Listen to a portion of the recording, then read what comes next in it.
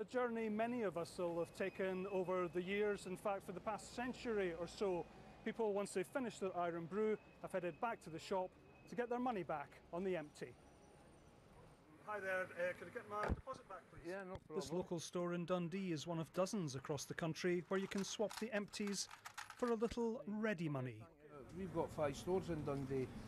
2 are in the housing schemes, but 3 are in student areas, and they're really popular. You know, people bring back their 30 pence. In a way, they sort of like depend on it. You know, sometimes when they're bringing back 15 at a time, you know, 20 at a time, but they do bring them back. This documentary from the mid-1990s found that to be true.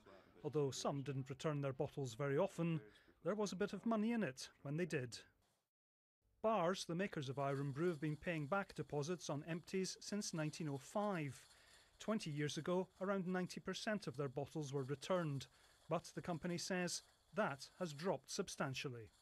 As more people buy cans and plastic bottles, but also as people tend to recycle their glass bottles rather than return them to the shop. So for every 2 bottles we put out into the market now, we actually only get 1 back. So the end of a tradition, the end of an era, and it has disappointed some fans of the amber juice.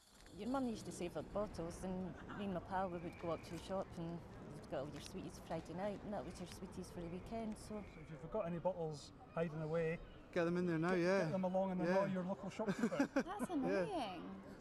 Oh. The money back deal on these bottles ends on the 31st of December. An unwelcome start to the new year for some perhaps, but the makers are hoping that you'll pop them in the recycling. Andrew Anderson reporting.